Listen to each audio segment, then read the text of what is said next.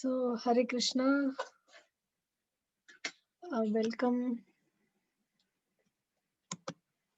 to the concept-wise study of Srimad Bhagavad Gita. I mean, I don't know what can I say about Bhagavad Gita. It's like a ocean and I'm like a dog licking it. So whatever comes, I'm trying to share it. But we all have the beautiful guidance of Srila Prabhupada's purports and our spiritual masters' lectures and realizations. So we can share some of it here. As Krishna said that Bodhayantaha parasparam katayantascha mam nityam tushyanti cha ramanti cha.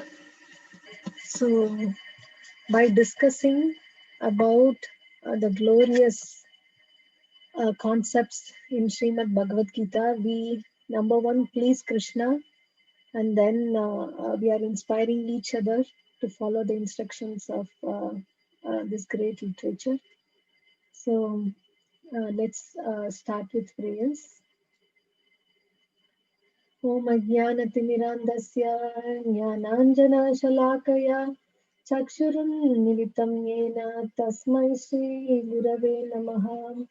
Shri Chaitanya Manobishtam Stapitam Yena Bhutale Swayam Rupa Kadamahyam Dadati Swapadantikam Vandeham Shri Guru Shri Yuta Padakamalam Shri Gurun Vaishnavamscha Shri Rupam Sagrajatam Sahagana Raghunatham Tam Sajivam Sadvaitam Savadutam Parijana Sahitam Krishna Chaitanya Devam Sri Radha Krishna Padam Sahagana Lalita Sri Vishakanitamscha He Krishna Karuna Sindhu Dinabandhu Jagatpate Gopesha Gopika Kanta Radha Kanta Namostute Tatta Kanchana Gaurangi Radhe Vrindavaneshwari Vrishabhanu Sute Devi Pranamami Haripriye Vancha Kalpatarubhyascha Kripa Sindhubhya eva cha Patitanam Pavanebhyo Vaishnavebhyo Namo Namaha Namo Vishnupadaya Krishna Prestaya Bhutale Srimate Bhaktivedanta Swamini Namine Namaste Saraswate Deve Gauravani Pracharine Nirvisesha Shunyavadi Paschatya Deshatarine Jai Sri Krishna Chaitanya Prabhu Nityananda Sri Advaita Gadadara Sri Vasadi Gaura Bhakta Vrinda Hare Krishna Krishna Krishna Hare Hare Hare Rama Rama Rama Hare Hare Mukam karoti vachalam Angum langayate girim Yatkripa tamaham vande Shri Gurum Dinatarinam.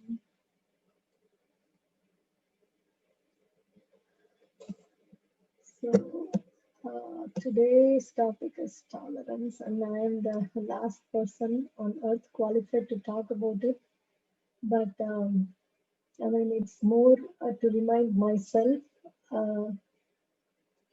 to see what Srila Prabhupada has said about this. So we are discussing chapter 13, text 8 to 12. So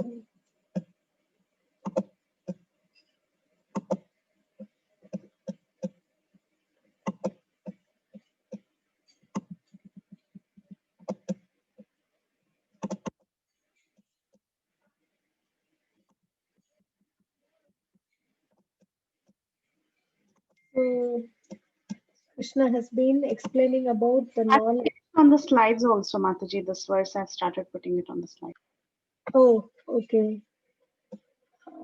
Okay, I opened this now. So we can take turns and read this verse. Let me start. Amanitvam adambitvam ahimsa shantirarjavam acharyopasanam shaucham stairyam atma vinigraha. Anybody wants to read the next one? Yeah, I can read. इन्द्रियार्थेषु वैराग्यम् अहङ्कार एव च जन्म मृत्युजरा व्याधि दुःख दोषानुदर्शनम्. Thank you.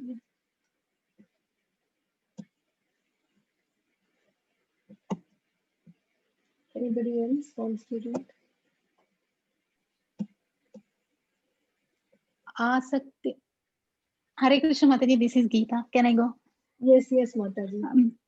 Asaktir anabhishvangah putra dhara griha dishu nityam cha sama chittatvam istanistopa patishu.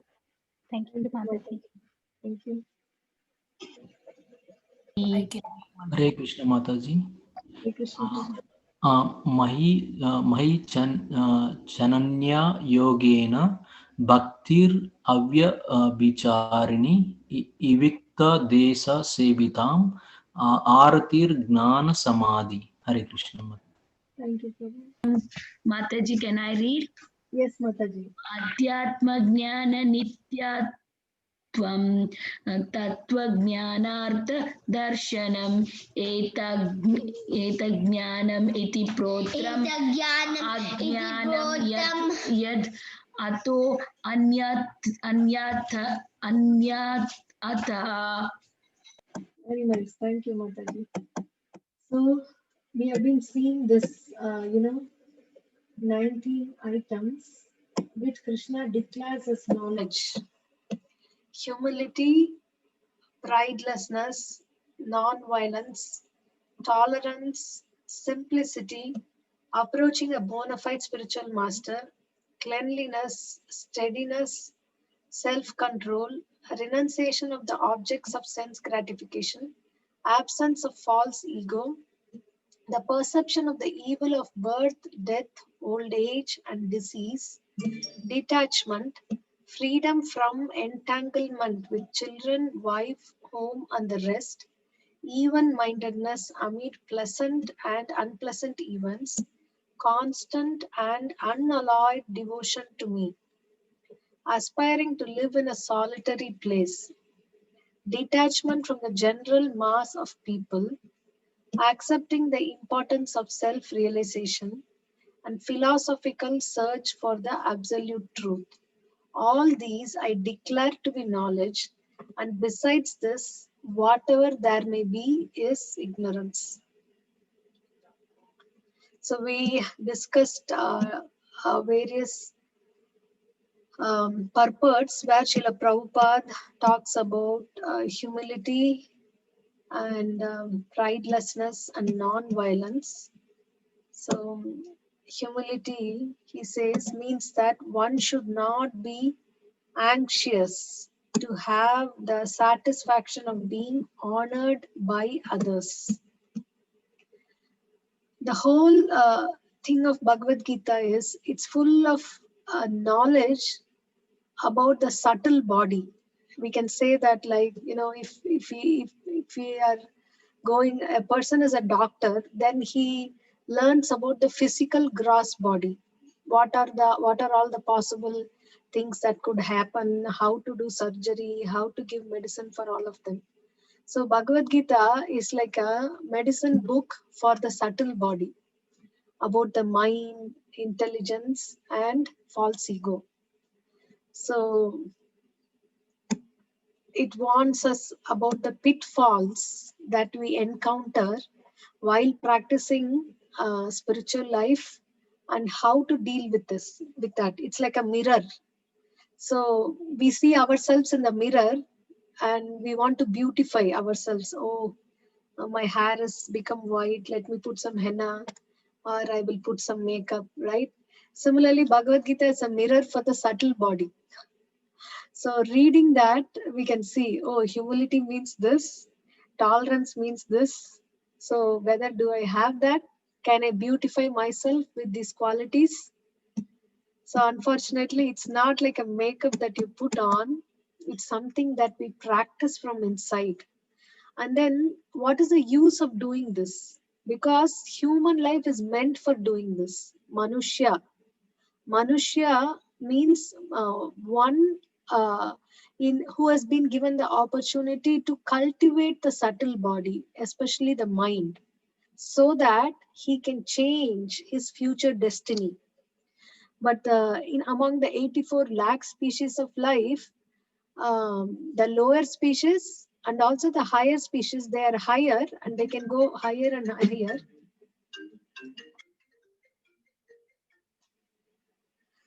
But the lower species of life, they don't have this opportunity. They are not given the opportunity. How much ever, I mean, you can say that there are rare instances of animals showing great devotion.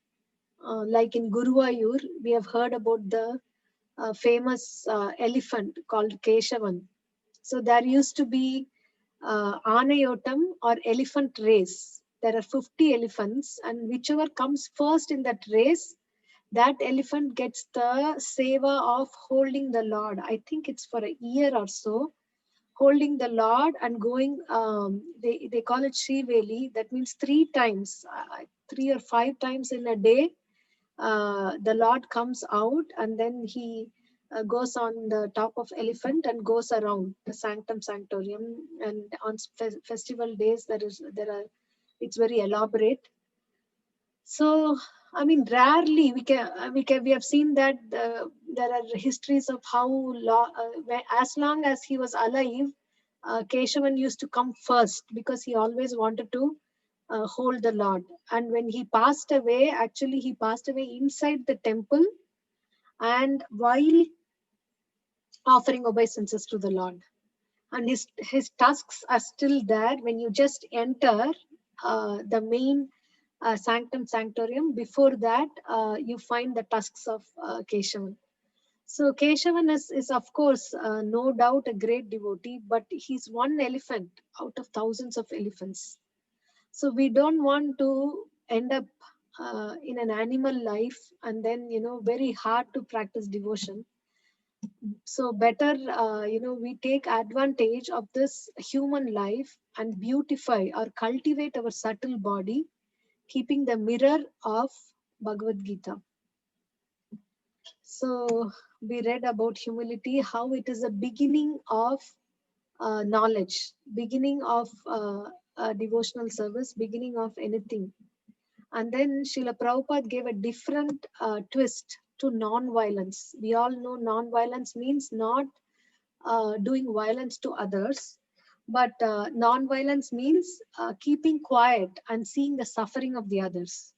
So Srila Prabhupada urges us that if we keep quiet, seeing the suffering of the others, which are due to their forgetfulness of their relationship with Krishna, or due to their not understanding their real nature as part and parcel of the Lord, then we are committing violence. So the great sages and rishis, we can see that, in any religion, the spiritual people always live the life for others, no matter whether you're a grahastha or a sannyasi or a brahmachari or whatever. The very fact that we have been given the privilege of accessing this knowledge and constantly improving ourselves means we have the great responsibility to share this with others, to invite everyone. That's what Sripad Ramanujacharya did, that let me go to hell, but if this mantra will stop people from going to hell, I'm going to go up and speak it aloud so everyone can benefit, even at the cost of me. So that is a saintly quality. So next, today we'll be reading excerpts about tolerance. Tolerance means, anyone wants to read this paragraph? I will read, Mataji. Yeah. Hare Krishna. Tolerance means that one should be practiced to bear insult and dishonor from others. If one is engaged in the advancement of spiritual knowledge, there will be so many insults and much dishonor from others. This is expected because material nature is so constitute. Even a boy like Prahlada, who only 5 years old was engaged in the cultivation of spiritual knowledge, was endangered when his father became antagonistic to his devotion. The father tried to kill him in so many ways, but Prahlada tolerated him. So there may be many impediments to making advancement in spiritual knowledge, but we should be tolerant and continue our progress with determination. Yeah, thank you, Thank Mataji. you. So, tolerance, the Sanskrit word is Shantir.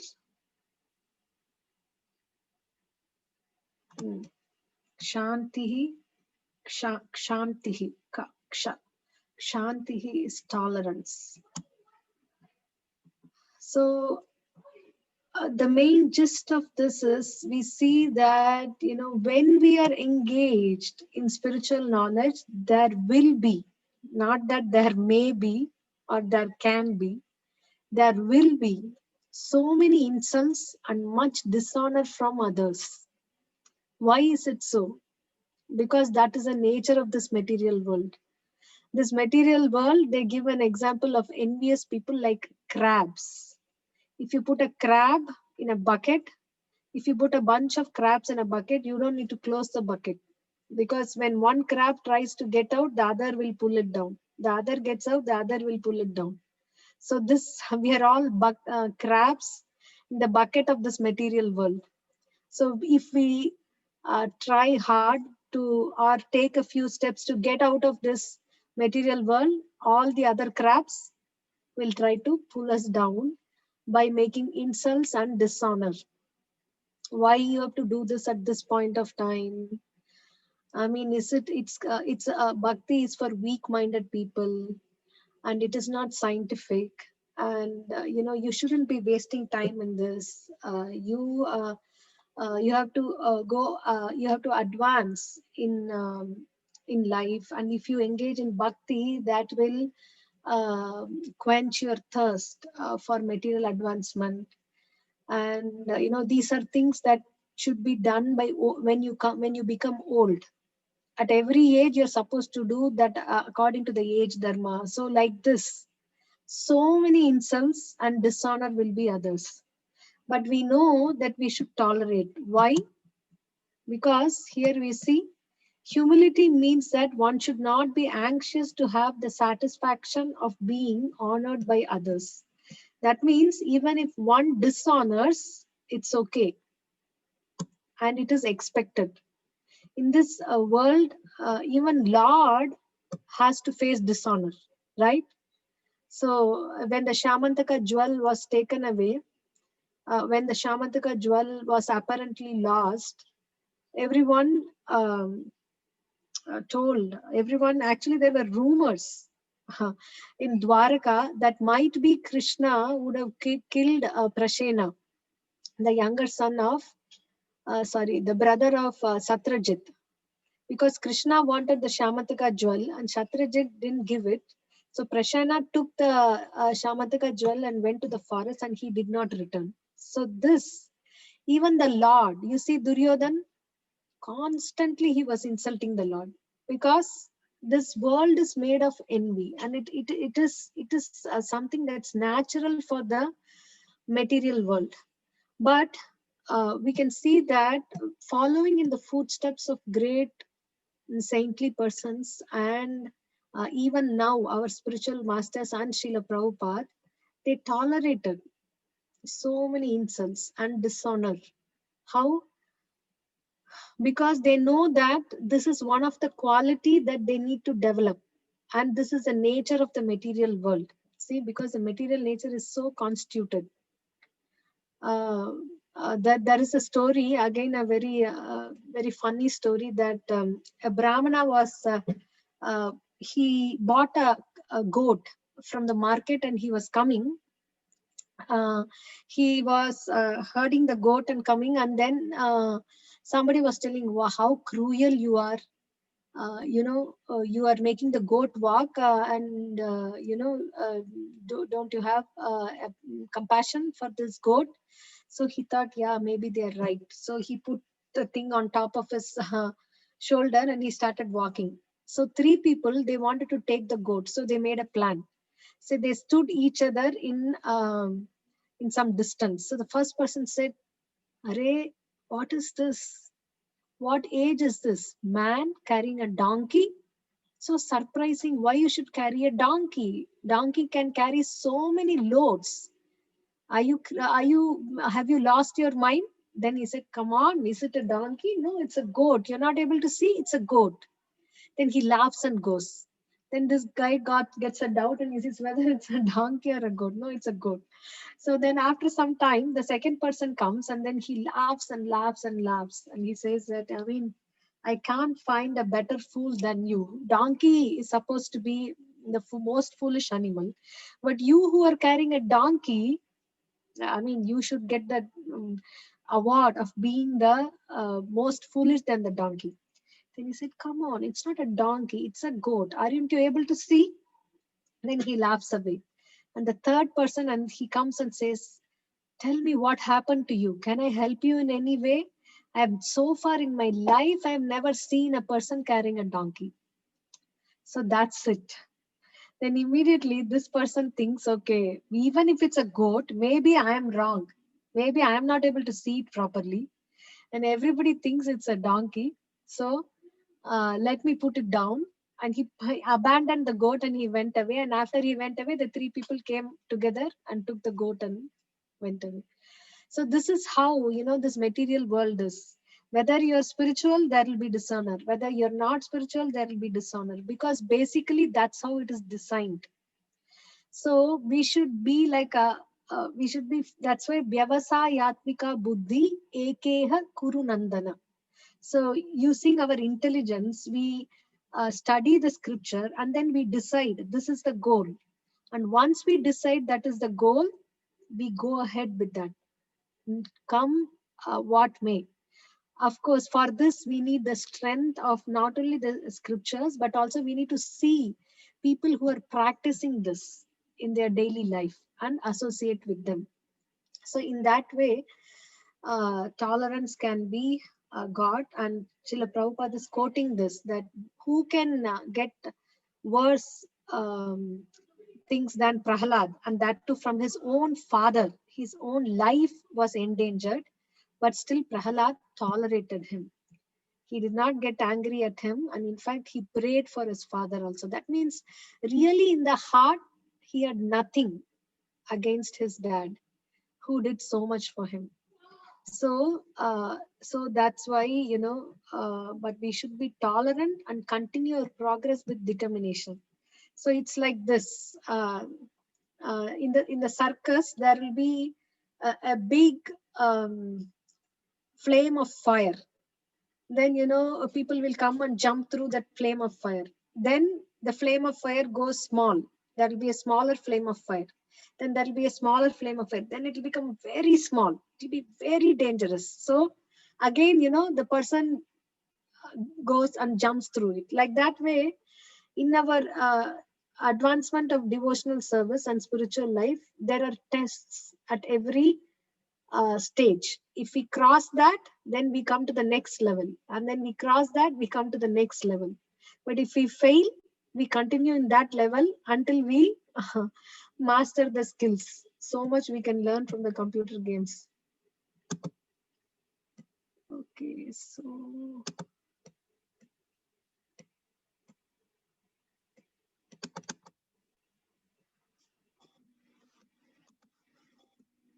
that's what we saw, that how Prahalad was tolerant. So every time when we sing Namaste Narsimhaya, if we can think about the quality of Prahalad Maharaj, basically, we are singing that, even kids will sing that, Narsimha Arati. We have become so used to that, ritualistically singing. But then every time when we sing, if we can meditate on the qualities of Prahalad Maharaj, which made the Supreme Lord angry out of love for him, then we get the association of Prahalad Maharaj, and hopefully by his mercy, one day we can develop the quality of tolerance. So again in 8.5 verse, Srila Prabhupada, this is a purport. Anyone wants to read this? Hare Krishna, Mataji. Yeah, Hare Krishna. If one wants to achieve success at the end of his life, the process of remembering Krishna is essential. Therefore, one should constantly, incessantly chant the Maha Mantra, Hare Krishna, Krishna Krishna, Hare Hare, Hare Rama, Rama Rama, Hare Hare. Lord Chaitanya has advised that one has to be tolerant as a tree. Tarur api sahishnuna.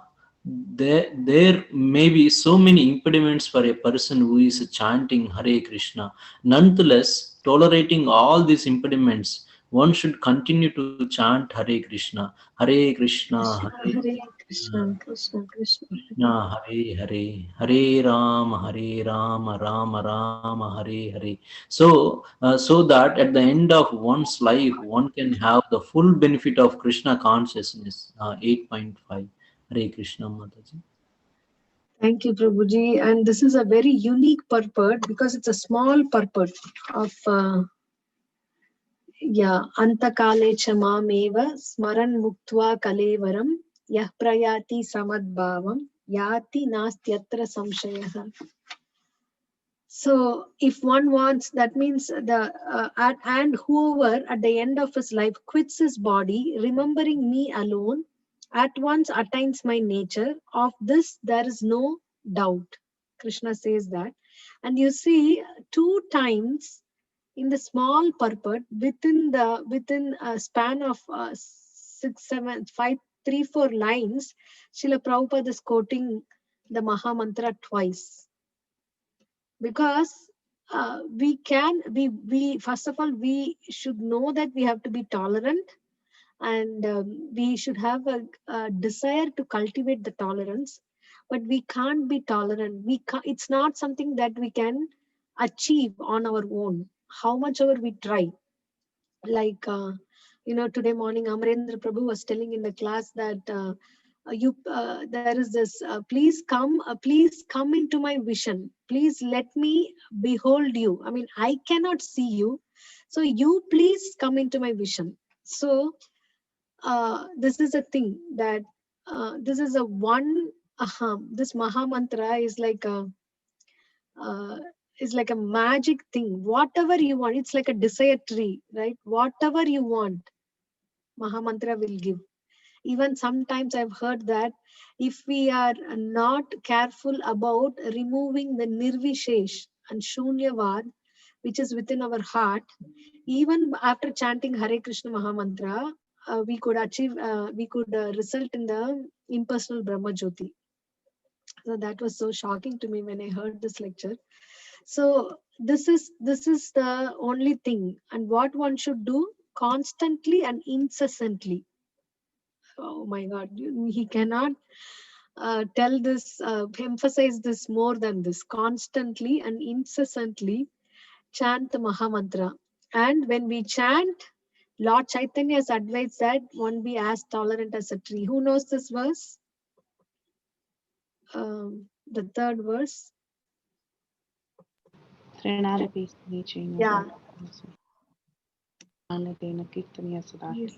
Yeah. So this is the only thing that Chaitanya Mahaprabhu wanted us to do. If you see the 8 verses, first is the glorification of what the holy name can do, starting from cleaning the mirror of the heart until Param Vijayate Sri Krishna Sankirtanam, getting complete victory. And second one is how the holy name is like that, because Krishna has put all his energies in that. There are no hard and fast rules for chanting it, but still I am not attracted to chanting it. Why I am not attracted to chanting it? Because I am proud and I am not tolerant. So he says that Trinadapi Sunichena Tarorapi Sahishnuna, and if we don't expect any respect but give respect to others, then in that state of mind, one can chant the holy name of the Lord constantly. After that, Nadanam, Najanam, I don't want anything except the holy name. And then when will I be fixed in the lotus feet of the Lord as an atom of dust? And after that, when will tears start rolling from my eyes when I hear the holy name of the Lord? And then even if the Lord is present before me or not present before me, he's free to do anything he wants. He's unconditionally my Lord. So in all of these 8 verses, the only thing that's an action item for us is this 2. Trinadapi sunichena tarorapi sahishnuna. So again, he says that there may be so many impediments. There may be list of impediments. Sometimes, we may want to chant, but we are not able to chant. And our work pressure may be more. Our kids may be so much troubling, or there may be a physical emergency, whatever. But we have to tolerate all these impediments and continue to chant Hare Krishna Mahamantra. So, His Holiness Jayapataka Maharaj, he had a 10-hour surgery of kidney and liver transplantation.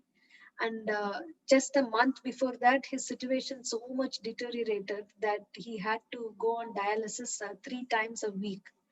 So, and he was hardly having any energy to do anything at all. And then after the transplant also, he was in ICU, and then after recuperating. So then his secretary was telling that how he counted the days since the day when he went to the hospital, and how much days he had missed, how many rounds, and then he made all that up.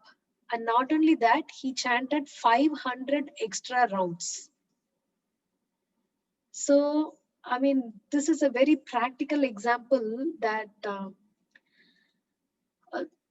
there are so many impediments, but if one is determined to chant the Mahamantra, Hare Krishna, Krishna Krishna, Hare Hare, Hare Rama, Rama Rama, Hare Hare, he can chant it. He can chant it, and he can chant it even more. So once one person was asking a question that, during Janmashtami, we have lots of service to do. We hardly have time. How do we complete the rounds? So then Guru Maharaj turned back and asked him, but did you give a telling that except for Janmashtami, every other day you'll chant 16 rounds? But you gave a vow that you will chant 16 rounds every day of your life. So what about it? So basically means, because of service, if one is not able to do, always, one has to make up for that. But that is a regularity that one has to bring about even when he's chanting 1 round. I've seen people that people who are chanting whatever their rounds they are chanting steadily, they advance more quickly than if you go up and down and up and down, one time 8 rounds, one time 6 rounds, one time 4 rounds. So like this, that's not something that is pleasing to the Lord. So even if, in the beginning, when a person starts chanting, it's like a commitment, even though we might not have taken a vow. Once you start chanting 1 round, then it's like a commitment to the Lord. So if we miss that 1 round, then the next day we should make it up as 2 rounds. So when that practice comes, then when we, increase in chanting also, we'll be able to continue that. So basically, for continuing to chant the Mahamantra, one has to be tolerant. I remember one more example. There one very nice devotee, Bhagavat Prabhu. He is still, I think, is a pujari of ISKCON temple in Coimbatore. During Janmashtami, and the deities are taken from the temple and then to the Ratham and then to the Mandapam, and so much of work from devotees. I've seen that temple people who are there, brahmacharis inside the temple, they hardly sleep. They don't sleep for the 2 days before Janmashtami and also after that. But this Prabhu, after Janmashtami is over at 12 o'clock, the thing is all over.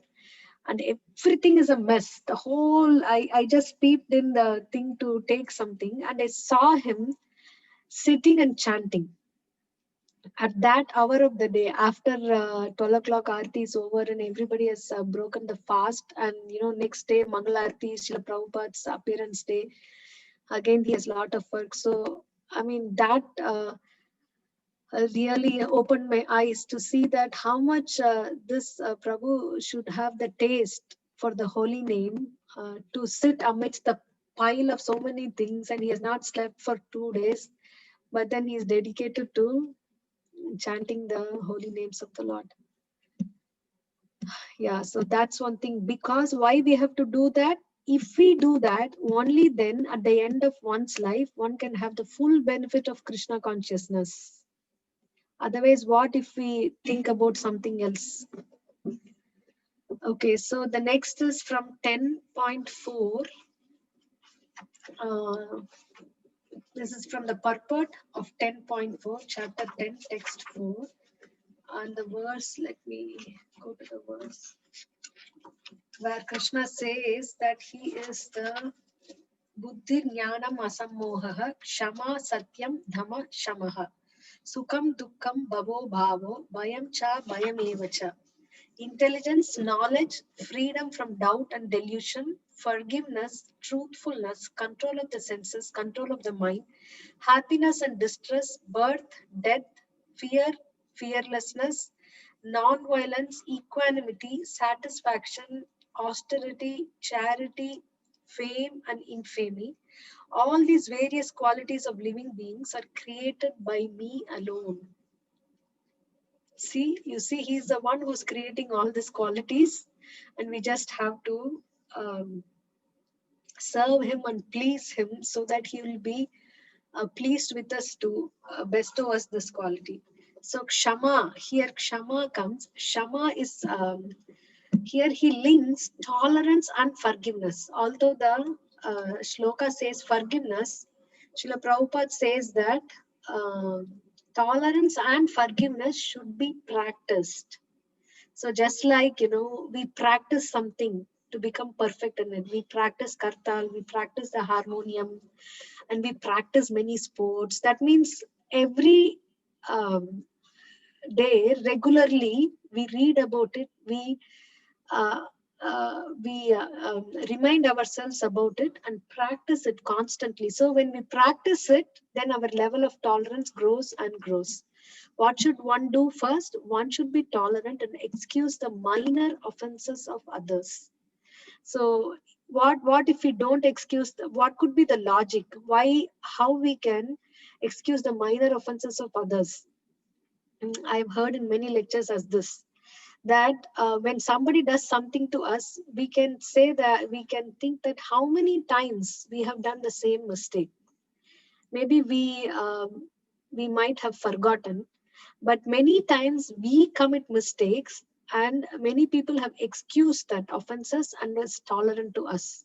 So if we are not tolerant and excuse the minor offenses of others, how can we expect Krishna to be tolerant and forgiving to whatever nonsense we are doing? But if Krishna is not tolerant and forgiving, we can't even get the mercy to even be chanting his holy names. So because we are always committing offenses, and we want to be forgiven by the Lord, we cultivate that quality towards others.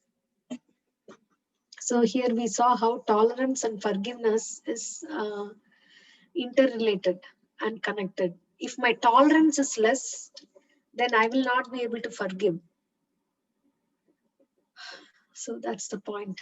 So again in 16.1, so 16.123 is again of divine qualities. There he says about Akrodha. Anyone wants to read this?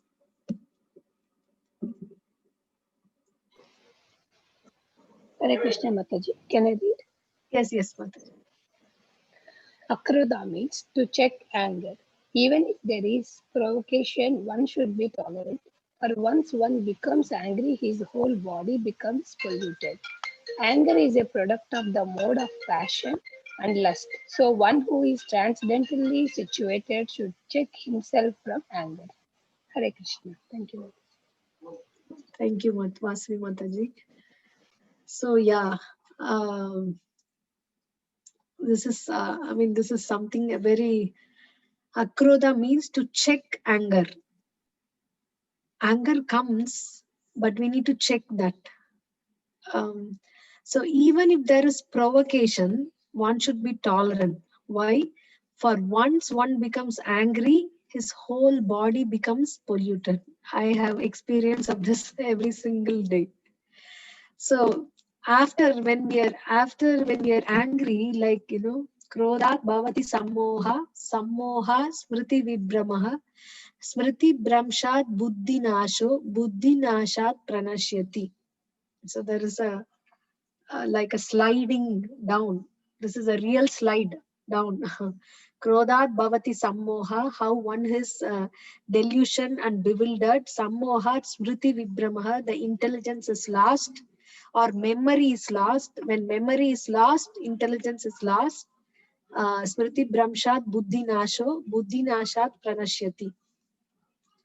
So why? Because anger is a product of the mode of passion and lust. So one who is transcendently situated should check himself from anger. So unless we practice this, how can we excel this? And unless we read about this and we have a desire to practice this and see that, I'm failing in this. This makeup is missing from me, from the subtle body. It's hard to practice this. One time, I've heard one Srila Prabhupada's disciple say that one person, when he was giving lecture, I think in India somewhere, in Surat or in Jaipur. So one person in the audience, he got up and he started shouting at Srila Prabhupada so much, literally scolding him. So, the other devotees were getting angry and they wanted to send him out of the thing, and he was not stopping also. Srila Prabhupada said, at that time, he said, it's okay, let him do. Maybe I would have got angry at him in my previous life. So, that was, somebody shared this in memories, and again this was again shared by another devotee in the early days. So Srila Prabhupada was angry at something with some devotee in 26 Second Avenue. So he had blasted that devotee for not doing something on time, or he broke the regulative principles. So he seemed to be so angry, but at the next moment, when this devotee came down, Srila Prabhupada was heard humming a bhajan. So I forgot who shared this memory, but he was telling that how actually if one is angry, we all have experience. To come out of that anger, it takes a long time. That's because, the whole body and the mind, the subtle body is also polluted by that. But Srila Prabhupada was able to sing a bhajan immediately, as soon after chastising this devotee. And in another place, he has told that we can see that ISKCON standards are so perfect because of Srila Prabhupada's training and practicing of devotees. So if the Aarti is at 6:30, then it should not be at 6:29, it should not be at 6:31, but 6:30. If the offering is at 12:40, then it has to be at 12:40. So he was one time when his lunch got delayed, he was so angry that, and then he said that, if I am not correcting you now, then you will do the same thing to the Lord. When he's hungry, you make him wait more. So I am shouting at you so that you perfect yourself and serve the Lord. So we can see that Srila Prabhupada used his anger for saving the movement and for correcting the devotees, but he was never affected by anger himself. So we can observe and learn from this and aspire to be more tolerant. Okay, so this is from 12.13.14. Can anyone read this? Mataji, can I? Yes, Varun. Okay. Nirmama means that a devotee does not attach much importance to the pains and trouble pertaining to the body because he knows perfectly well that he is not the material body. He does not identify with the body. Therefore, he is freed from the conception of false ego and is equipoised in happiness and distress. He is tolerant and he is satisfied with whatever comes by the grace of the Supreme Lord. Yeah. So here is another kind of tolerance, and how is the tolerance? How does the tolerance develop? So from this purport, we can see that as long as one is identifying with the body, he will give importance to the pains and the trouble pertaining to the body. And if someone is causing the pains and trouble to the body, he cannot be tolerant. But if he does not identify with the body, then he knows that whatever is happening by the Lord's arrangement. And because of this, not theoretical knowledge, practical realized knowledge of this, he is able to be equipoised in happiness and distress. He is tolerant and he is satisfied with whatever comes by the grace of the Supreme Lord. So basically, to develop all good qualities, this is the thing, that we don't identify ourselves with the material body. And here we see the emblem of tolerance. Haridas Thakur, he tolerated that Maya's attack, and that the prostitute who came to pull him down. He tolerated, and because of that, he gave her the greatest treasure of Harinam. And he tolerated the whips, and they were physically hurting him, but he was tolerating, and he was seeing them only as instruments. So when they said, "Oh, you please die. If you don't die, then I will be killed by the king," the servants of the king who were beating him. So for their sake, he was ready to do that. So, and because of that, he was chanting 22 hours a day. Definitely, Chaitanya Mahaprabhu is saying that one who's humble and tolerant can chant this mantra constantly. So this is the ultimatum of what Krishna is giving. Why we should tolerate? Why? So this is a very nice shloka from chapter 5, text 23. Anyone wants to read?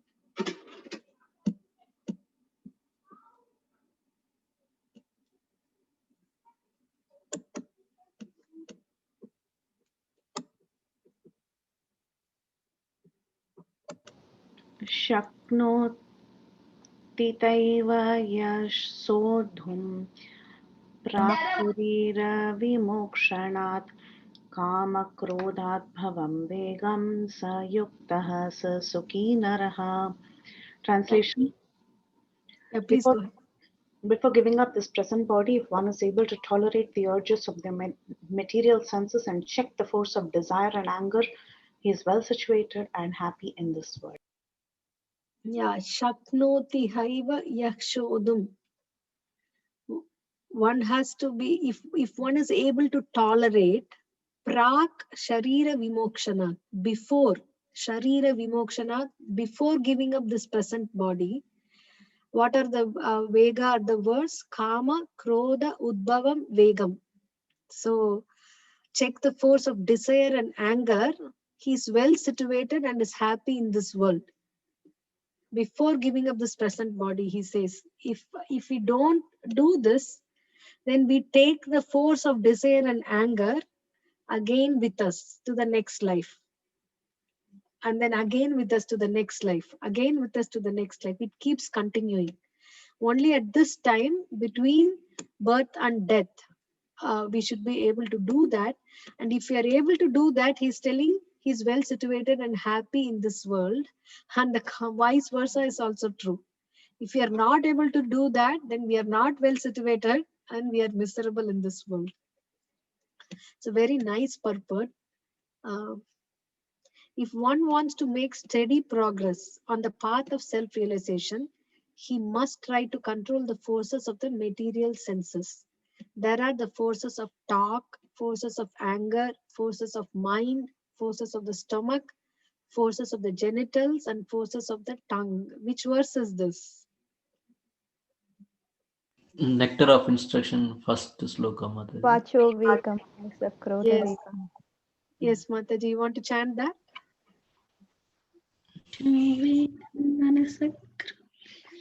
Vacho Vegam.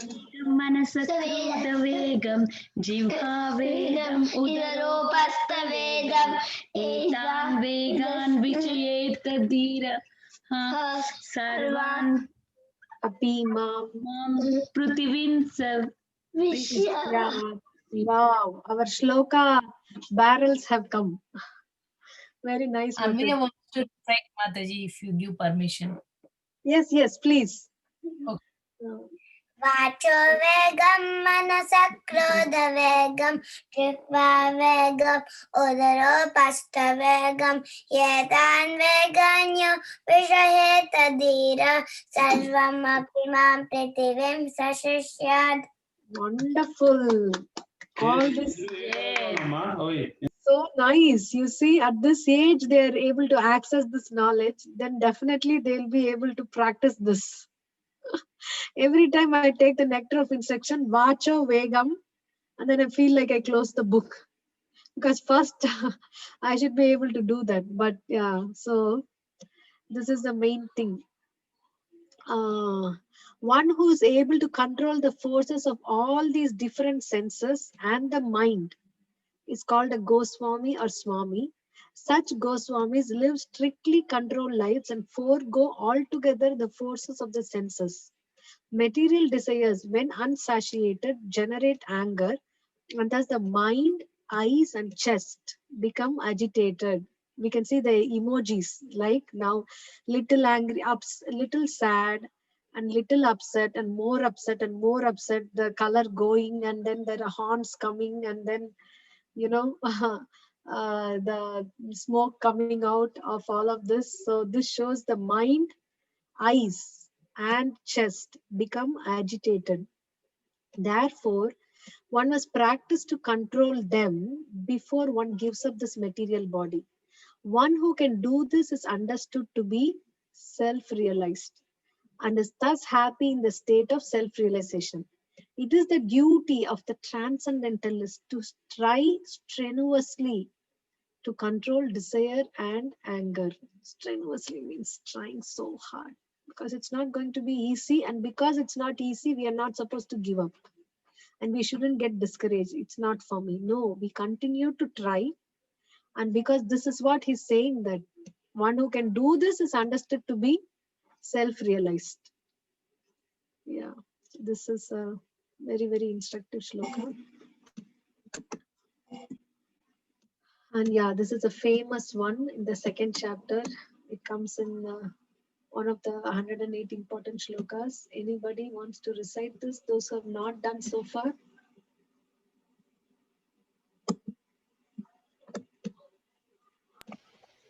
Mataji, can I tell? Yes, Harini.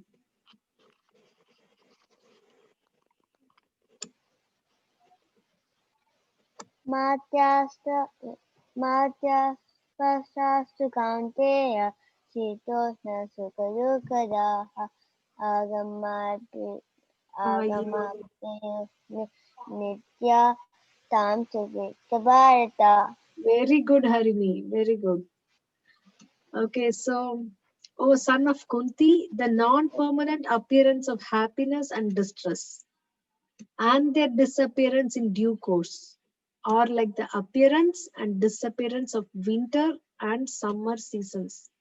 They arise from sense perception, O Scion of Bharata, and one must learn to tolerate them without being disturbed. Because after winter, summer will come. After summer, winter will come.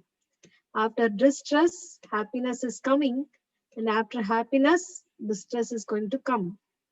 So their appearance and disappearance is like appearance and disappearance of winter and summer seasons. And they arise from sense perception. So, and can you imagine where he tells the shloka? Dehinosmin. Before this is Dehinosmin yata dehe kaumaram yavvanam jara tata dehantara prapti dhiras tatrana muhyati. So after chastising Arjuna in 2.11, that while speaking learned words, you're not mourning for what is not worthy of grief. Those who are wise lament neither for the living nor for the dead. So he's chastising. And then he's saying that Natve Vaham Jatu Nasam, that is 12. And 13 is, that's where, this is a very famous shloka, everybody knows that, Dehi Nosmin Yata Dehe, as the embodied soul continuously passes in this body from boyhood to youth to old age, the soul similarly passes into another body at death. A sober person is not bewildered by such a change. This is 2.13. The next is this. You have to tolerate Arjuna. Why? Because Arjuna, might have asked this question. Yeah, I know that, I mean, it's not an unknown thing that they're not this body, they're the soul. So losing a near one is still, you are affected because you lose their association. So Arjuna's main point of not fighting was, how can I kill Bhishma and Drona? Will you kill Sandipani Muni and Ugrasena, who's your grandfather and your guru? How can I kill them? That is the main thing. He came down to that point. So he was telling, although I'm not killing them, I'm only the body is killed, but I will lose their association. They will no longer be my grandfather and my guru. So for that, he says that that's how this world is. Everybody comes with a ticket to go, and everybody's going ticket is not dependent on how much they are wanted in this world. So that's what. So he says that you have no other choice, but you need to tolerate it, because it's a appearance and disappearance is like continuous appearance and disappearance of winter and summer season. This year winter, it is that. So next 4 years will not have winter. No, it's not like that. Every year winter and summer is coming. So similarly, every time, happiness and distress comes, but the effect of distress is more. That's why when you ask someone, did you enjoy in your life? They will always have a big sad story. When I was young, this happened, and then I was so much into trouble like this, that. Hardly anyone will say that I had a life of enjoyment till now. So because the effect of distress is so much there. So, yeah. In the proper discharge of duty, one has to learn to tolerate non-permanent appearances and disappearances of happiness and distress. According to Vedic injunction, one has to take his bath early in the morning, even during the month of Magha, January, February. It is very cold at that time. But in spite of that, a man who abides by the religious principles does not hesitate to take his bath. Similarly, a woman does not hesitate to cook in the kitchen in the months of May and June, the hottest part of the summer season. One has to execute his duty in spite of climatic inconveniences. Similarly, to fight is a religious principle of the Kshatriyas, and although one has to fight with some friend or relative, one should not deviate from his prescribed duty. One has to follow the prescribed rules and regulations of religious principles in order to rise up to the platform of knowledge, because by knowledge and devotion only can one liberate himself from the clutches of Maya illusion? So this is also a very effective thing, and we can end with this quote. This is from Krishna book. One's greatness has to be estimated by one's ability to tolerate provoking situations. Srila Prabhupada ki jai. So tomorrow is his disappearance day. We can pray to him. We can offer this at his lotus feet, and Srila Prabhupada reached Krishna tomorrow, so it's a matter of rejoice. And he also showed us how to leave this world. He just not only taught us how to live in this world, he also taught us how to leave this world. So we are very grateful to him, and we observe it tomorrow, thinking about him. And usually on disappearance day, we think about the mission that is left by the spiritual master for the coming generations to perform. So we are very grateful and thankful to Srila Prabhupada for what we are now is because of his tolerance. If he had not tolerated coming here this cold and living in this country at the hands of people who are not even his well-wishers in the beginning, people who tried to kill him. And once somebody was telling that he would cook, of course, for 100 people, and then he has to alone wash all the dishes. So one day when one Prabhu, he shared this, that he was offering Srila Prabhupada, maybe I wash the dishes? Srila Prabhupada said, yes, thank you so much. I was thinking that how am I going to do that? Today, maybe if somebody would come and help me, it would be nice. I mean, at the age of 70, cooking for 100 people alone, and then washing the dishes.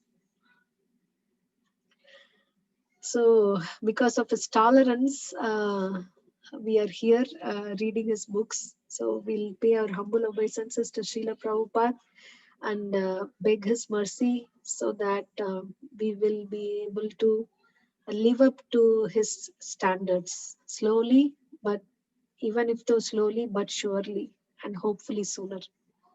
Yeah, thank you very much. Srila Prabhupada ki jai. Hare Krishna.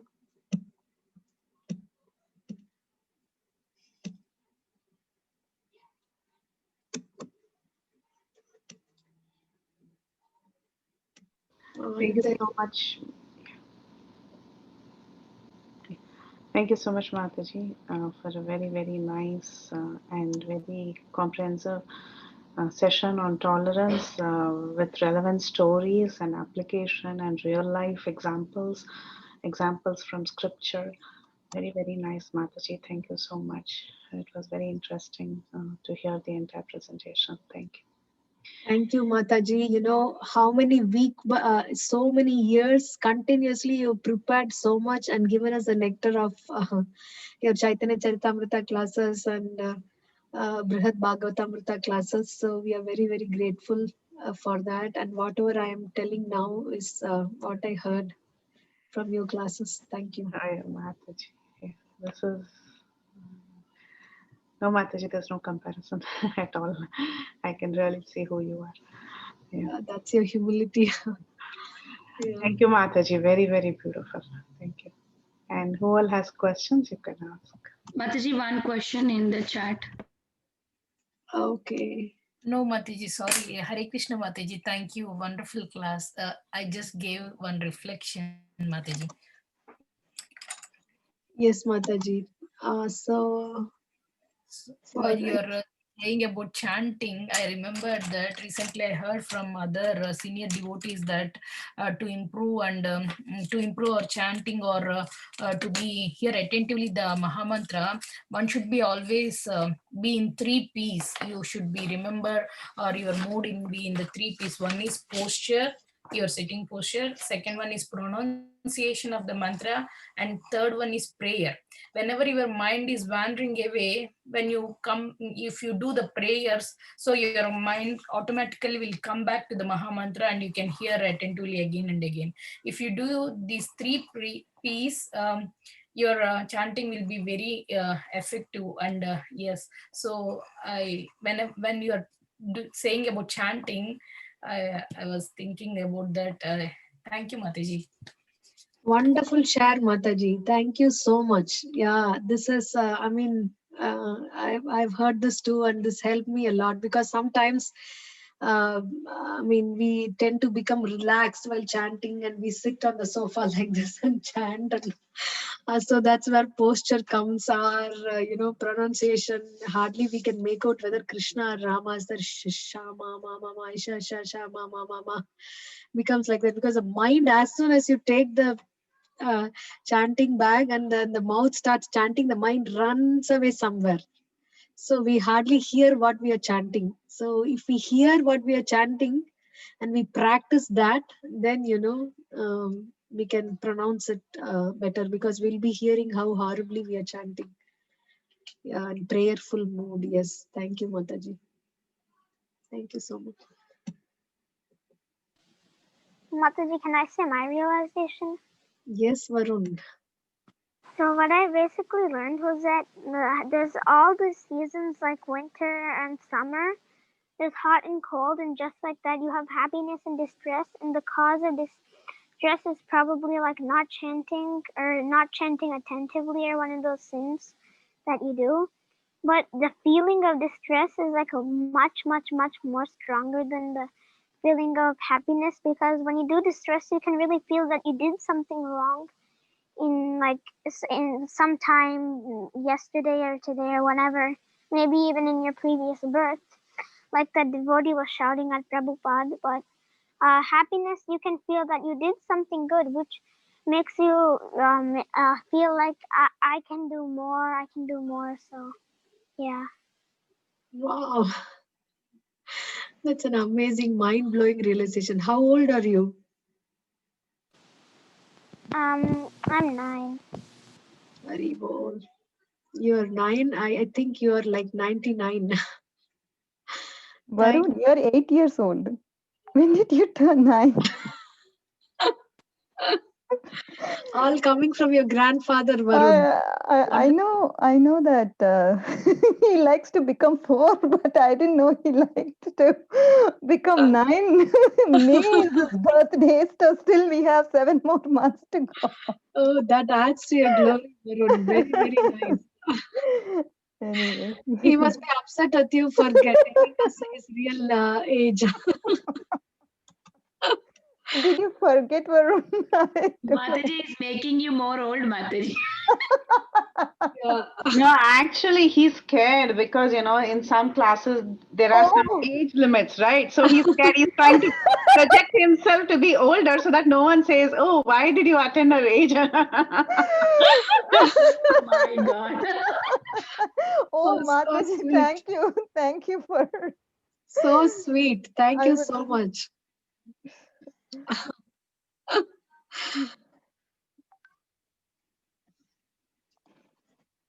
So at 8.5, I cannot imagine sitting and listening to a lecture like this. And not only you listened, and you're giving realizations also. Very, very nice. Wonderful, Varun. Keep it up. Hari bol. Mataji, can you summarize that Varun, what he said? Yeah, so he's telling that the effect of distress is more felt than happiness. That's what I was so amazed at this age. He's able to tell even this sentence. And then he's telling that, happiness is because something you did good in the previous life, and distress is because something you have done in the previous life. So that will help us be equipoised and not get carried away with that situation.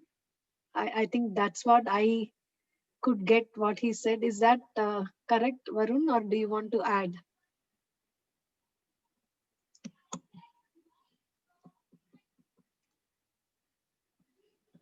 I think he dropped off, Mataji. I'm not sure. My God. He got embarrassed. Everyone is talking about it. Okay, yeah, that was very nice comment, Mataji. Tell him that, you know, we all appreciate him and he can continue to join. Mataji, I really loved your class. I think you brought out various points from Srila Prabhupada's Bhagavad Gita purports, which are very, very nice. And you gave examples for each of them to understand how we can tolerate to situations and what happens if you don't tolerate to situations, what will happen in your next birth, and how Srila Prabhupada, he tolerated so many things in his life and gave a precious jewel to us. And again, at the end of the day, we are all driving back home with this point that for higher good, you can tolerate. For self-realization and a higher goal of going back home, back to Godhead, you have to tolerate. And that should be the mood that we have to develop as a devotee in all situations. And Chaitanya Mahaprabhu, through his Chishtastakam, I really love this. Trinadapi Sunichena Tharorapi Sahishnuna. One has to be humble like a blade of grass and more tolerant than a tree. A tree gives shadow happily even to an woodcutter who comes to cut it, or one who has to plunder its fruits, leaves, branches, bark, and or the complete existence. Likewise, we have to tolerate in all situations. Why? For higher good, that is to get self-realization. And Chaitanya Mahaprabhu also mentioned about Nityananda Prabhu preaching for tolerance that was exhibited by him while delivering Jaga in Madai. And even Chaitanya Mahaprabhu, we saw he became agitated, but Nityananda Prabhu, he was showing that mood of tolerance. And Srila Prabhupada, as you mentioned, he repeatedly talks about Haridas Thakur and Prahlad Maharaj exhibiting tolerance. And I think, you have summarized it really well, Mataji. These are some take-home messages for me. We have to cultivate this tolerance after we become humble. Because the purport in Srimad Bhagavatam 2.7.37 talks about the point, it mentions that we have to first become humble and then we can cultivate tolerance. And if you look at Shishtashtakam, that also says Sunichena. It appears before Sahishnuna. So the mood should be that we have to become humble and then tolerance will be cultivated as we grow in the devotional service. And you also exhibit this mood, Mataji. I see that you don't tolerate honor. That is seen as a move as we grow in devotional service. One is not able to tolerate honor, and you, I've seen in all situations you do that. So definitely, thank you for this amazing lecture. I totally appreciate it. Today is one of those days I was able to attend your precious lecture, Mataji. Thank you. Hare Krishna. Mataji, you are a summary queen. You added different dimensions to it, and I liked your realizations that how humility is the base of tolerance. And very nice, Mataji. Thank you. Thank you for sharing that. Hare Krishna. Hare Krishna. Hare Krishna, Mataji, Danvat Pranams. It's always such a delight to hear your Bhagavad Gita classes, Mataji. When I listen to your classes, I feel like I never read the Gita. I feel like so foolish. And today, I just was wishing that you would go on and on and on and not stop, Mataji. Thank you so much for always giving so much time and so valuable realizations, Mataji. Thank you so much. Hare Krishna. Mataji, this is an example of humility. I mean, such exalted, stalwart devotees like you giving me some word of encouragement is, which I don't deserve, but thank you, Mataji. This is your mercy. Thank you. Mataji, I'm not humbled, but really I don't know anything like what you were saying. Like I've never contemplated or thought, so deeply on Bhagavad Gita. So I'm not just being humble. I'm just saying what I felt, Mataji. Thank you so much, really, from the bottom of my heart, Mataji, for sharing your profound realizations. Thank you, Mataji. Thank you, Mataji. I'm so benefited by your association and the questions you ask in the classes. That shows how deep you are with everything. Yeah, only an empty pot makes noise. So that applies here. Thank you, Mataji. You won, Mata.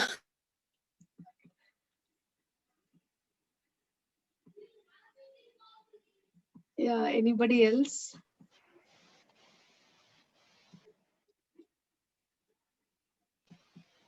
Yeah, Hare Krishna Mataji, Dandat Pranam. Very nice class, Mataji. And you explained very nicely about tolerance and anger and everything. And in my Sloka class, while explaining that Bhagavad Gita, what Krishna is telling to normally the soul, second chapter. So, what is the soul came from Krishna, and they have to go there to again to go there to his abode. So, while explaining that to 11 years girl, she asked one question, Mataji. What she asked is, why Mataji to go there? Maybe the life it will be maybe 11 years old for her. Maybe it will be happy only, not that much sad moments, not that distress moments and all. What she think is maybe next life will get better. So we are enjoying now what we have, what we want. So why we need to go to back to Godhead? If you go there, maybe we don't know what we'll do. So like that, she asked the question, Mataji, and I explained slowly. But can you tell that answer, Mataji, to Yeah. that answer? Thank you, Mataji. I remember a very famous story that Bhaktivinoda Maharaj used to share in his Sunday classes. For people who tell this, that here I know. I mean, you can, if you, Krishna also doesn't say it's fully suffering here. He says happiness and distress. There is happiness surely, and there is distress also. So like as that girl says that what is the guarantee that whether I don't know anything about this, so I am okay for this distress, so let me continue this here. So that's what we will see in the coming thing, in the coming in the one of the limbs of knowledge is janma mrityu jara vyadi dukkha doshanu darshanam. Perception of the evil of the birth, death, old age and disease is a limb of knowledge. Krishna says this. I think in the next class we will take that up. So she might not have experience of that, birth, death, old age and disease, but then at 11 years you're seeing what's happening around the world. And even when you're younger you may wonder, like I remember when I was 7 or 8 years old, maybe less than that. So there was a death in we used to live in the apartments quarters, and there was a death in the neighboring house, and I have seen that grandmom long time, like whenever you go out to the school or play, then you peep in the house, and I've seen her.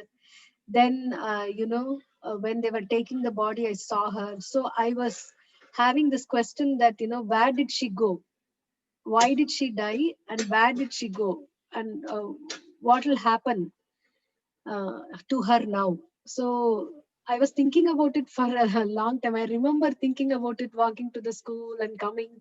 So not only me, everybody would have this question at 5, 6 or 7 years of age when they first come to see this, either directly or through movies or whatever. When the children tend to perceive this, they will have this. But then there is no people are not having time and patience, and neither they are knowledgeable, the parents, to answer these questions. Even if they ask, they are discouraged, and then after 3-4 times of asking, they get discouraged, and then they also we also forget this question.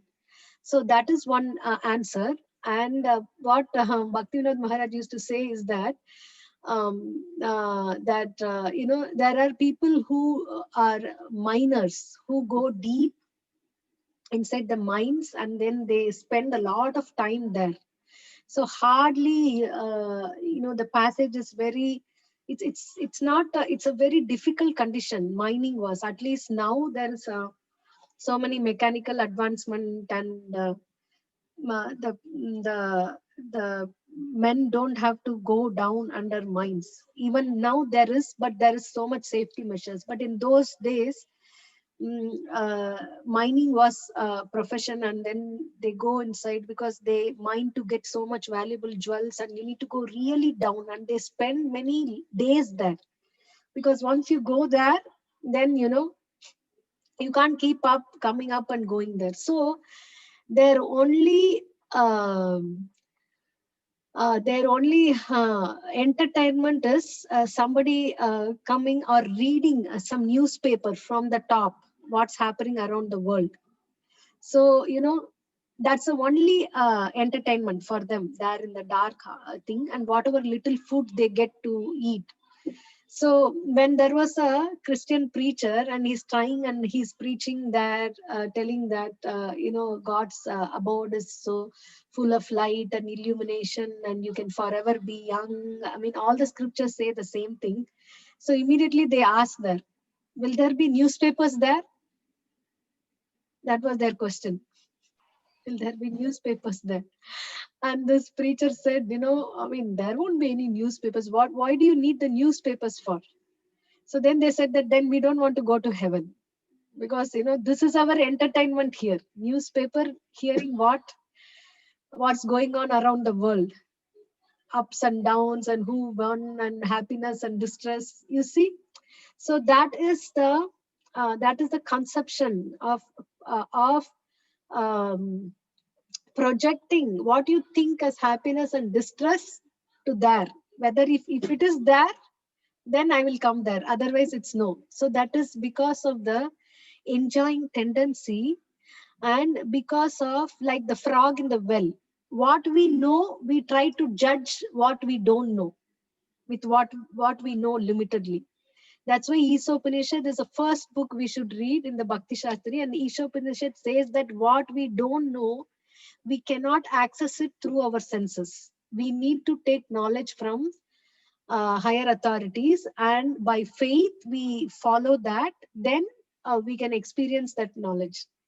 So basically you can answer her that that this is a birth, death, or no, they don't want, nobody wants to birth. Of course nobody, it's the of all the four, birth is the most painful, but it's such painful that excruciatingly painful that we forget the experience of birth. At least disease, death and old age we may know, and that is absent there.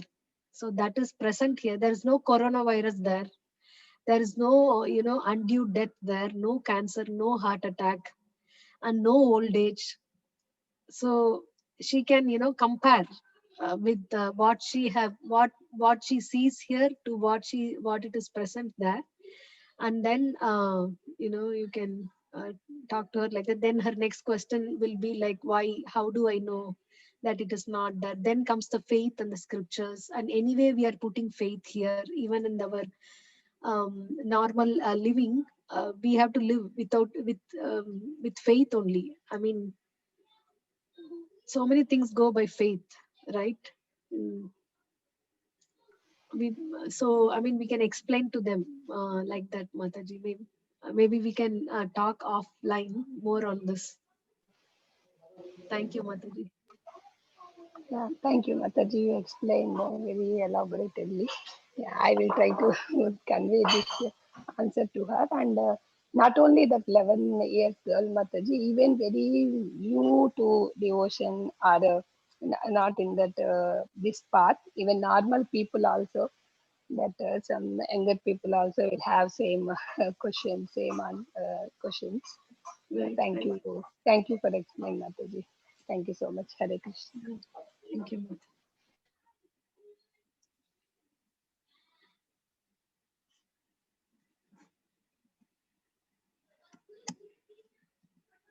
Mataji, I just had one question. Maybe you discussed it already, and maybe I was distracted. But Mataji, so what is the difference between humility, being humble, and being tolerant, Mata? Okay, let's see. I think in the purport, Prabhupada says, let's go back.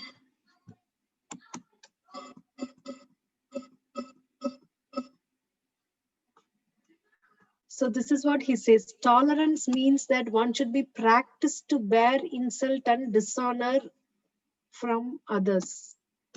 And humility is Do not expect, perhaps. right.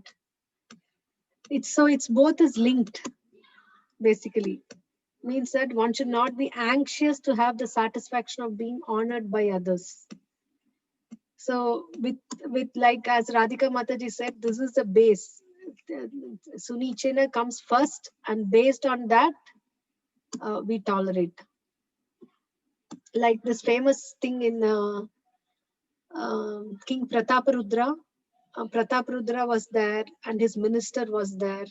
And I think it was Srivas Pandit, right, who was also standing, and his minister was coming in between Srivas Pandit's vision of everybody is gazing at this at Lord Chaitanya Mahaprabhu swirling and dancing in ecstasy that they don't want to even miss a glimpse of that. At that time, I think the minister comes in between the vision, or Srivas Pandit was standing blocking the king's vision, and so minister touched him for him to move first.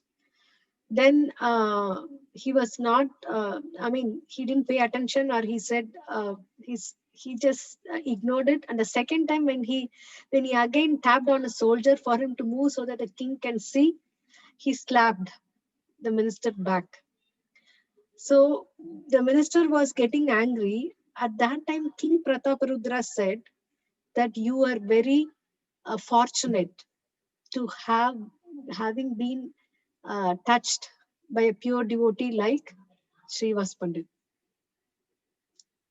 So, this is, if the king is thinking that I am the king and I want to see this and he is blocking, then he cannot tell this. But he's humble. He's thinking that, it's okay if I miss him.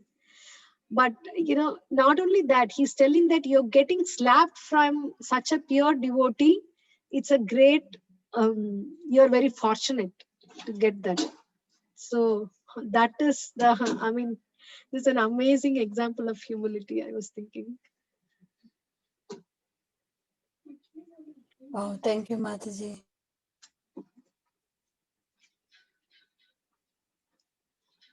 Dude, it's in one of the boxes. Yeah, but yeah, so we'll end, Mataji.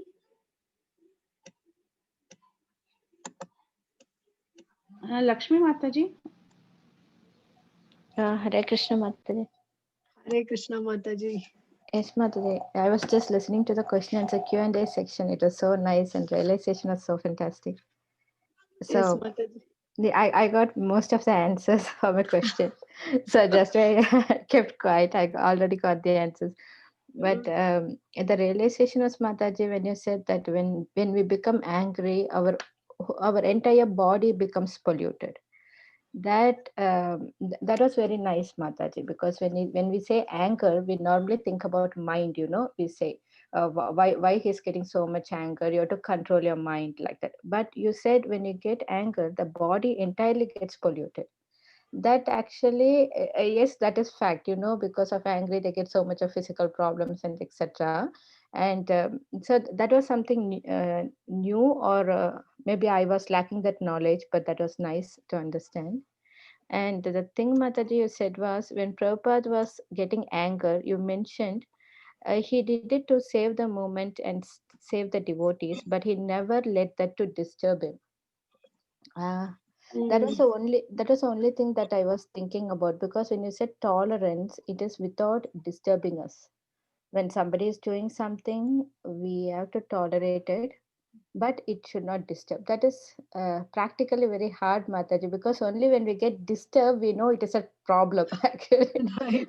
Until it is disturbed, it's not disturbing you, it's not a problem. You don't have to tolerate it, you just don't care about it. So actually it was not matching for me. I was just thinking about it. Only when it gets disturbed, I have to start to tolerate it. Right. But Prabhupada was telling you have to tolerate it without it getting disturbed. So how do we practically do it, Mataji? I don't know. I'm not getting any idea on it. Yeah, it's not a overnight thing, but that's what, like, we need to practice it. You see, let's go to a verse about disturbance. What you said. Yeah, you see, text 15. Krishna saying, Yasman no dvijate loko, loka no dvijate chayaha, harsha marsha bayodvegair, mukto yasachame priyaha. He by whom no one is put into difficulty and who is not disturbed by anyone, and who is equipoised in happiness and distress, fear and anxiety, is very dear to me. So he by whom no one is put into difficulty, Yasman no dvijate loko. Na udvijate. Udvijate is disturbed. Loka no dvijate chayaha. Neither he disturbs others, nor he lets other people disturb him.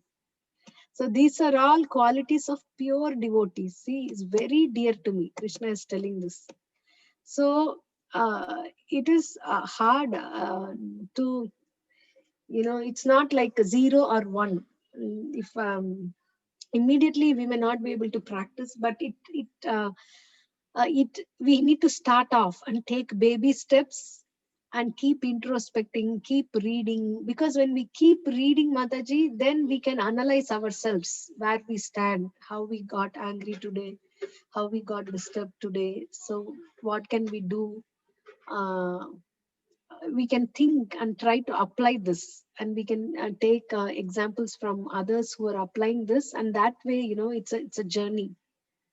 So one day we'll be there at this point to become very dear to Krishna, so that we don't disturb anyone, nor we let others disturb us.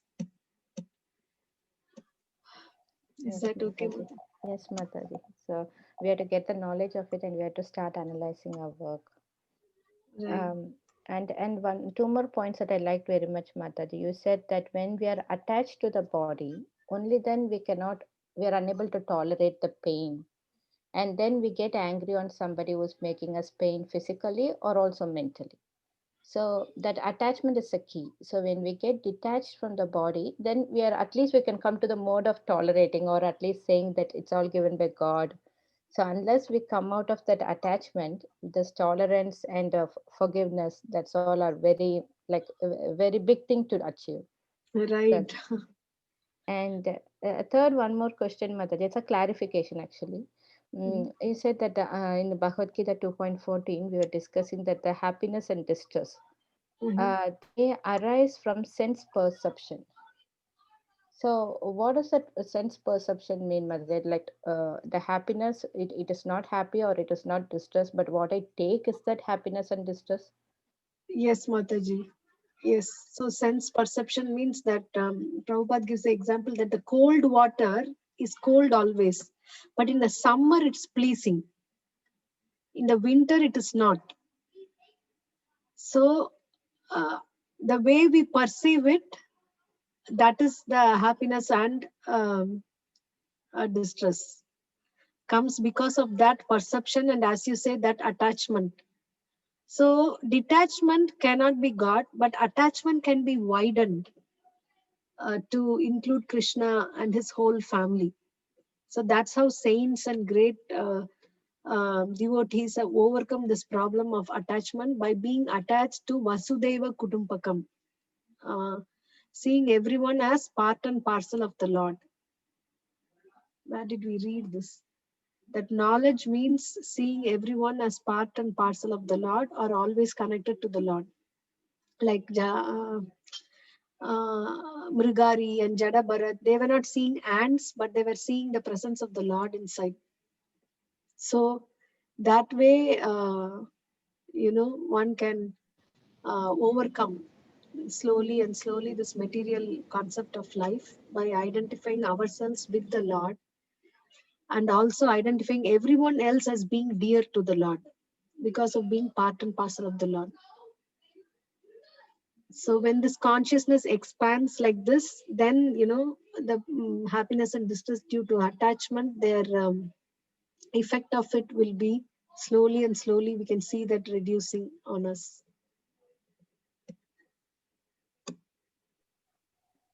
Yes, Mataji.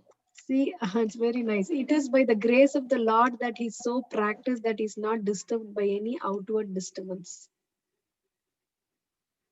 Yeah, it's a very, very nice part. Mataji, so in the outward, in the entire world, everything is happening. But taking it as happiness or distress is upon our perception. That the external thing has nothing to do with it. I'm sorry, what did you say, Mataji? No, I was trying to understand, Mataji, that everything exists in the material world that doesn't carry happiness or distress within it. It is just normal, but we take it as, for me, it may be happiness, and for my neighbor or somebody, it may be a distress. So we don't have to point on that particular thing which is happening or any incident happening. It is on what you're perceiving it. It's basically on us, what we receive. Yes, Mataji. Yes, that's what the purport explains. Yes, Mataji. Yeah, that's clear, Mataji. Thank you, Mataji. It was nice class on tolerance and forgiveness. A wonderful class, Mataji. Yeah, thank you, Mataji. I am basically, reading along with you all, and then because I speak, I hear first, and it helps me reflect more and progress and try to apply this. Thank you for the opportunity. So we'll end the call, Mataji. I just have one question, but if you're out of time, I can ask you later too. No, yes, Mataji. If I know the answer. Mataji, I was wondering, so can you please advise on what situations should a devotee not be tolerant? Mataji, are there any situations like that? Suppose you see somebody doing something wrong. Is it not morally right to speak up? And because if we are going to be silent, then, like it said, we are privy to that sin, right? So, can you please throw some light on that, Mataji? Yes, Mataji. Like as you said, like Prabhupada is telling that if we are not preaching and keeping quiet, we are doing non-violence. So that the same way, we shouldn't be tolerant on any blasphemy to the Lord or the scriptures or the devotees. Sometimes out of ignorance, people may say something, so we can reason it out with them. But if they're adamant and they continue to do the something is wrong, then definitely we need to speak up, because that's if we tolerate that, as you say, that we are part of this, we get the sinful reaction also.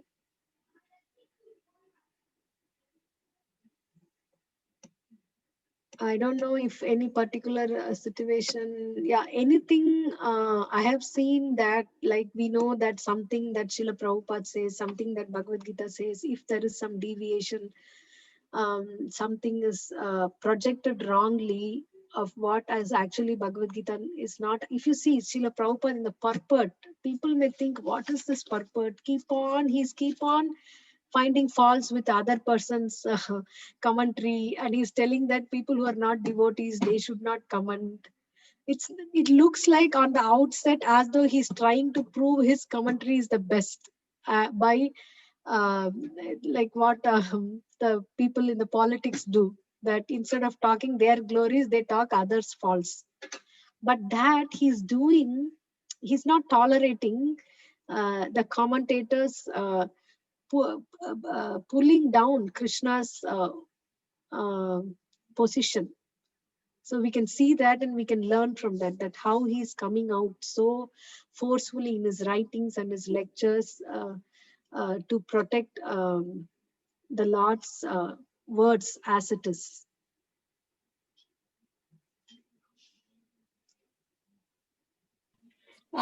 Thanks, Mataji. So that was from perhaps a non-devotee or maybe a very neophyte devotee point of view. Like if they do something, we could, attribute it to like ignorance or, things like that. But how about, when there are situations, perhaps you face some flack from some senior devotee and clearly well that, you're right and this may not be right. So it sometimes gets difficult, to just take it as saying Tate Nukampa and saying that I deserve this. So that's So, where yeah, I have heard Guru Maharaj answer this question like this, that it's not offensive if we ask a question. That he quoted this thing that Srila Prabhupada, where he wanted to develop the birthplace of, I think, Bhaktivinoda Thakur. But when he went there, that current devotee there, he wouldn't let the devotees develop that. So Prabhupada asked, it seems that to him, that is it not sinful to stop people from doing service to Thakurji? Is it not simple? He asked a question like that. So Srila Prabhupada, Guru Maharaj had also said that you can ask questions. If they're senior devotees, maybe we may not be able to tell, but we can ask, is it okay, or is it having something wrong in this, like what you have told? I read like this, I have seen like this, but I'm not able to understand what you have told like this. So is it right, or what do you think about it? So maybe we can ask like that and clarify, and we should ask like that and clarify. That's my little understanding, Mataji. Well, that helps, Mataji. Like rather than just keeping shut and letting it roil inside of us, like you rightly said, maybe if we can put it in a better way and address it, then it'll help us Right. also not burn our heart, like that. So Right. Yes, Mataji. yeah, thank you, Mataji. Because generally I hear so many lectures where they say we should tolerate. But the